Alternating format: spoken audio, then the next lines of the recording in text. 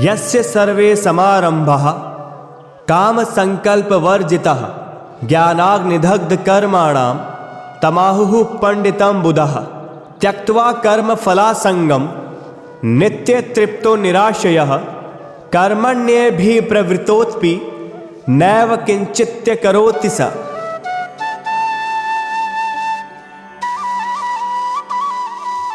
जिसके सभी कर्म संकल्प और कामना से रहित हैं और जिनके सभी कर्मफल ज्ञान रूपी अग्नि से जल गए हैं, उन्हें आत्मज्ञानी भी पंडित कहते हैं।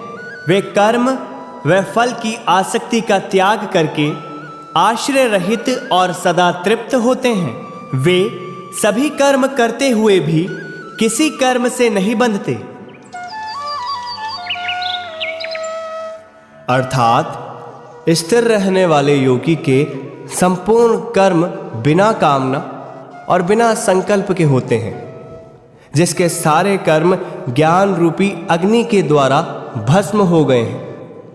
कामना व संकल्प ये दोनों कर्म के बीज हैं। संकल्प व कामना ना रहने पर कर्म अकर्म हो जाते हैं। कर्म बांधने वाले नहीं होते, उनमें रहने वाली इच्छा व संकल्प बांधने वाले होते हैं।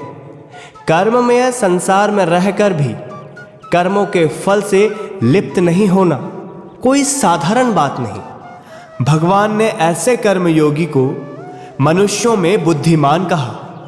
उस महापुरुष को ज्ञानी जन भी पंडित कहते हैं, अर्थात ऐसा कर्मयोगी पंडितों का भी पंडित व ज्ञानियों का भी ज्ञानी है। आगे श्री भगवान कहते हैं कि सारे कर्मों व उनके फल में आसक्ति का सारा त्याग करके जो परम आत्मा में हर पल स्थिर व तृप्त है, वह कर्मों में भांति भांति बरतता हुआ भी वास्तव में कुछ नहीं करता। आश्रय से रहित का अर्थ है कि भविष्य के बारे में चिंता ना करना, देश काल वस्तु व्यक्ति परिस्थिति का चिन्ह मात्र भी आश्रय नहीं लेना। निराश्रय, आश्रय मिले या ना मिले उसकी चिन्ह मात्र भी परवाह ना करना ही आश्रय रहित होता है।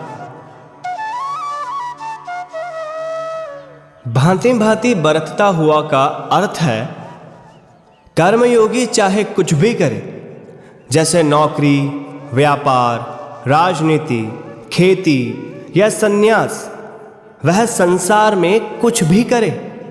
योगी में कामना व संकल्प नहीं होने की वजह से वह प्रकृति गुण से बंधता नहीं, इसलिए वह भांति भांति अलग अलग बरतता हुआ भी कुछ नहीं करता।